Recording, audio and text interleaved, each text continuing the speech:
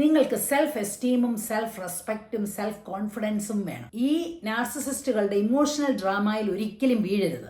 സ്ത്രീകളിലും പുരുഷന്മാരിലും എല്ലാം ഈ narcissistic behaviour കാണാറുണ്ട്. പക്ഷേ സ്റ്റാറ്റിസ്റ്റിക്കലി കൂടുതലും നാർസിസിസ്റ്റ് ആയിട്ടുള്ളവര് പുരുഷന്മാരാണ്. ഞാനൊരു സത്യം പറയാം, നാർസിസിസ്റ്റ് ആയിട്ടുള്ള സ്ത്രീകളുടെ കൂടെ ജീവിക്കുന്ന പുരുഷൻ ഒരു 99% ആൾക്കാർ പുരുഷന്മാരും അവരെ വിട്ടിട്ട് പോകും. അതുപോലെ നാർസിസിസ്റ്റ് ആയിട്ടുള്ള ഭാര്യമാരെ പിന്നെയും കൂടെ നിർത്തുന്ന ആൾക്കാരെന്നറിയാം, അവർക്ക് ഒരു ഗതിയില്ലാഞ്ഞിട്ടാണ്.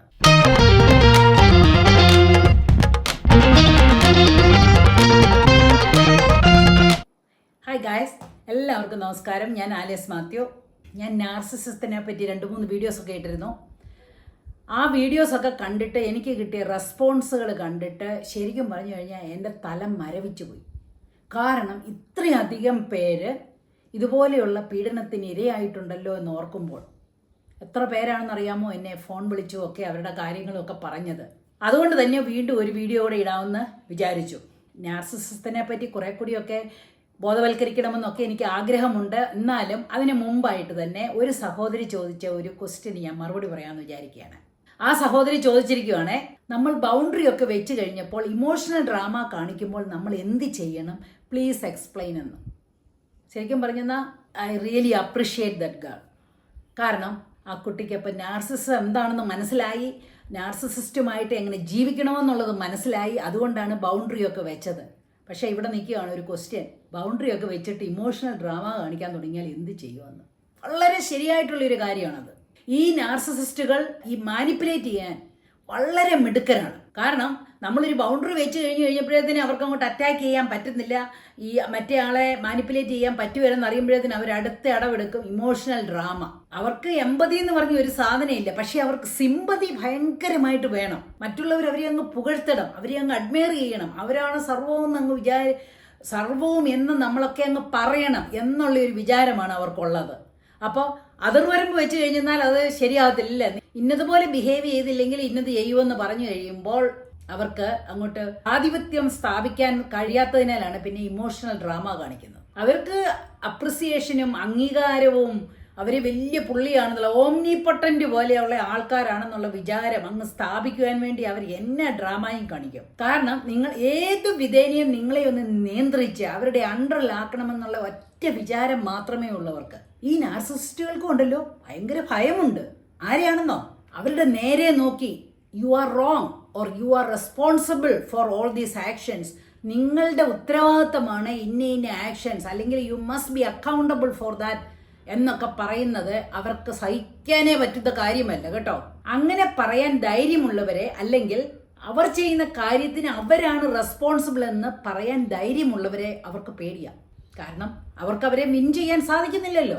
അതുകൊണ്ടാണ് നിങ്ങൾ ബൗണ്ടറി ഇട്ടപ്പോൾ ഇമോഷണൽ ഡ്രാമ കാണിക്കുന്നത്. നിങ്ങളൊരു ഇത്തിരി പാവമാണെങ്കിൽ, അല്ലെങ്കിൽ ഒത്തിരി എമ്പതിയൊക്കെ ഉള്ള കൂട്ടത്തിലാണെങ്കിൽ, അല്ലെങ്കിൽ കുടുംബത്തിന്റെ ഭദ്രത കാത്തുകൊണ്ട് പോകണം എന്നൊക്കെ ഉള്ളതാണെങ്കിലുണ്ടല്ലോ, ഇവരുടെ ഡ്രാമ വരുമ്പോഴത്തേന് അങ്ങ് വിട്ടുകൊടുക്കും അല്ലേ.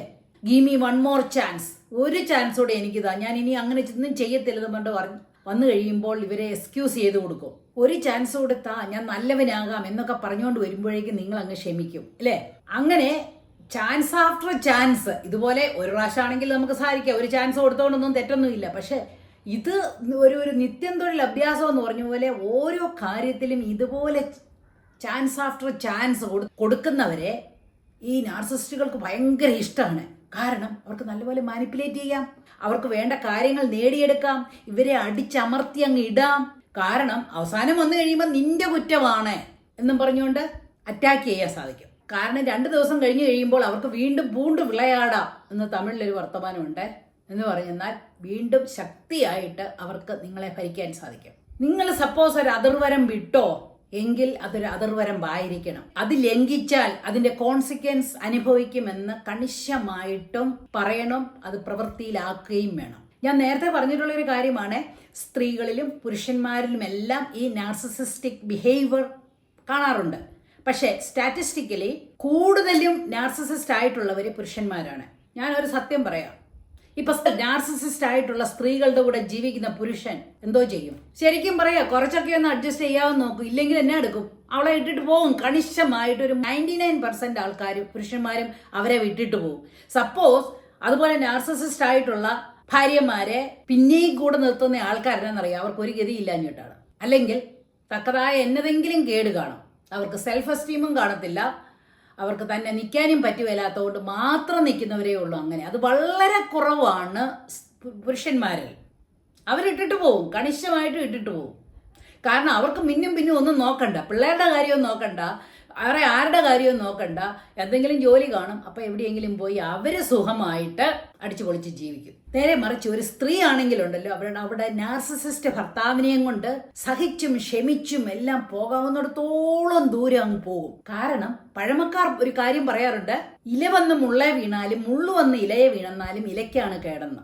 ശരിയല്ലേ? വീട്ടിൽ എന്ത് പ്രശ്നം ഉണ്ടായിരുന്നാലും, ഇപ്പൊ ഒരു ഡിവോഴ്സ് ഉണ്ടായി എന്നതെങ്കിലും ഉണ്ടായെന്ന് പറഞ്ഞെന്നാല് എല്ലാവരും കൂടെ ക്രൂശിക്കുന്ന ആരെ? ആ സ്ത്രീയെയാണ്.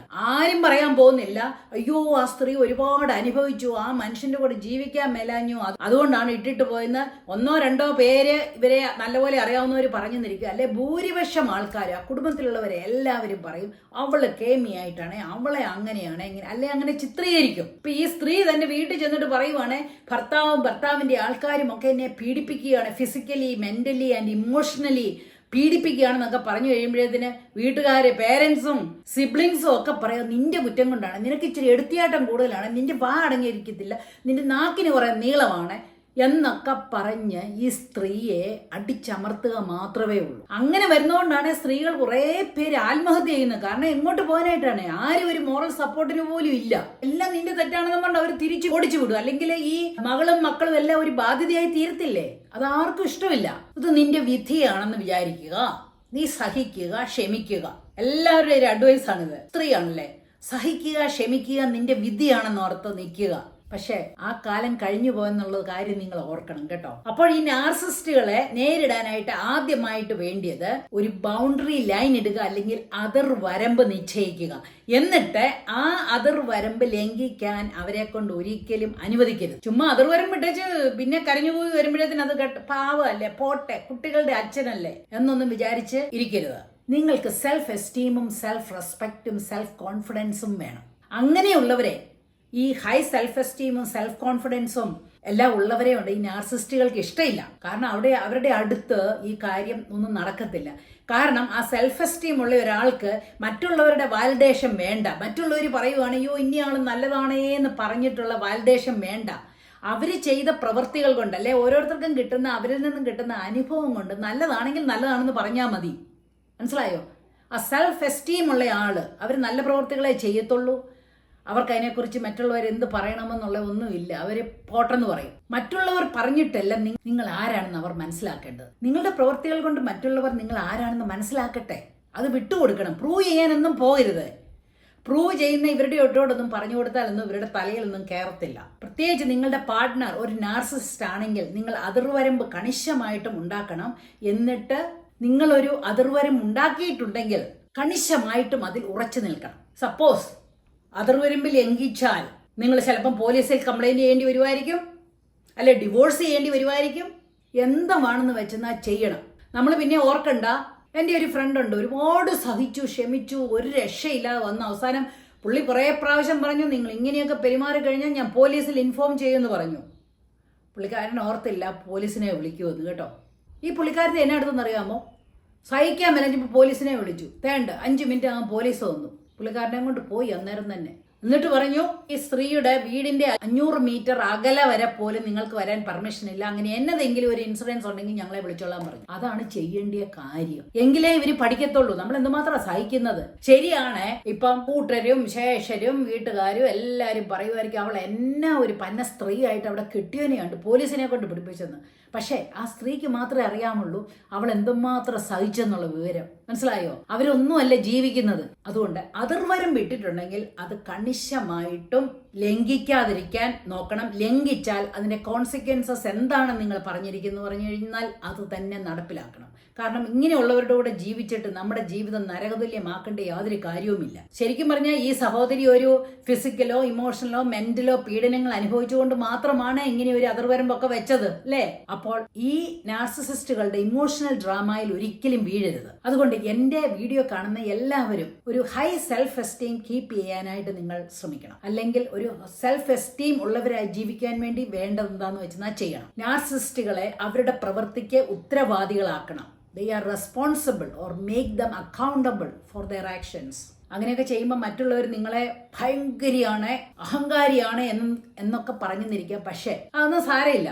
കാരണം നിങ്ങളുടെ ജീവിതം നിങ്ങൾക്ക് മാത്രമേ അറിയത്തുള്ളൂ. ജോയ്, പീസ് ആൻഡ് ലവ് എല്ലാവരുടെയും അവകാശമാണ്. അത് നമ്മൾ തന്നെ കണ്ടെത്തുകയും വേണം. നമുക്ക് ആരും ഇങ്ങോട്ട് കൊണ്ട് നമുക്ക് ജോയും പീസും ലവും ഒന്നും കൊണ്ടുത്തരത്തില്ല. അത് നമ്മൾ തന്നെ ഉണ്ടാക്കിയെടുക്കണം. അതിന് നമുക്ക് സെൽഫ് എസ്റ്റീം വേണം, സെൽഫ് കോൺഫിഡൻസ് വേണം, സെൽഫ് റെസ്പെക്റ്റ് വേണം. എൻ്റെ വീഡിയോ നിങ്ങളെ കൂടുതൽ സ്ട്രോങ് ആക്കുവാനായിട്ട് സഹായിക്കട്ടെ എന്ന് പറയുന്നു. സാധാരണ ഞാൻ ഒരിക്കലും പറയാറില്ല എൻ്റെ വീഡിയോ കണ്ടേച്ച് എല്ലാവർക്കും ഷെയർ ചെയ്യണം, സബ്സ്ക്രൈബ് ചെയ്യണമെന്നൊന്നും ഞാൻ പറയാറില്ല. പക്ഷേ ഇത് ഞാൻ പറയുകയാണ്, ഈ വീഡിയോ നിങ്ങൾ കണ്ടിട്ട് നിങ്ങൾക്കറിയാവുന്ന നിങ്ങളുടെ ഫ്രണ്ട്സിൻ്റെ ഇടയിൽ ആരെങ്കിലും ഒക്കെ ഇതുപോലെ മനപ്രയാസം അനുഭവിക്കുന്നുണ്ട്, പീഡനങ്ങൾ അനുഭവിക്കുന്നുണ്ട് ഉണ്ടെങ്കിൽ അവർക്ക് നിങ്ങളൊന്ന് ഷെയർ ചെയ്ത് കൊടുക്കണം കേട്ടോ. കാരണം സെൽഫ് എസ്റ്റീം ഉള്ള ആൾക്കാരാണെങ്കിൽ എനിക്ക് സെൽഫ് എസ്റ്റീം ഉണ്ട് എന്നും പറഞ്ഞ് സ്ട്രോങ് ആകാം. ഇനിയിപ്പോൾ ഈ നാർസിസ്റ്റുകൾ നിങ്ങളുടെ സെൽഫ് എസ്റ്റീമിനെ താഴ്ത്തിക്കെട്ടിയെങ്കിൽ, ആരുടെയെങ്കിലും സെൽഫ് എസ്റ്റീം ഒക്കെ അതുപോലെ ചോർന്നു പോയിട്ടുണ്ടെങ്കിൽ അവരെയൊക്കെ കൂടി ഒന്ന് മോട്ടിവേറ്റ് ചെയ്ത് സ്ട്രോങ് ആകാൻ വേണ്ടി നിങ്ങൾ ദയവ് ചെയ്ത് നിങ്ങൾക്കറിയാവുന്ന ഫ്രണ്ട്സ്, ഇതുപോലെ എല്ലാവർക്കും ചുമ്മാ ഒന്നും അയച്ചു കൊടുക്കുകയൊന്നും വേണ്ട, ഇതുപോലെ ആരെങ്കിലും മനപ്രയാസപ്പെടുവോ സങ്കടപ്പെടുവോ ചെയ്യുന്നവരുണ്ടെങ്കിൽ അവർക്കൊന്ന് അയച്ചു കൊടുത്താൽ നല്ലതായിരിക്കും കേട്ടോ. കാരണം നമുക്കൊരിച്ചിരി കരുണയും ദയയും ഒക്കെ നമ്മളെല്ലാവരും ആഗ്രഹിക്കുന്നവരാണ്. അപ്പോൾ എല്ലാവരെയും ദൈവം അനുഗ്രഹിക്കട്ടെ. എല്ലാവരും നല്ല സെൽഫ് എസ്റ്റീം ഉള്ളവരായിട്ടിരിക്കണം കേട്ടോ. Okay, by.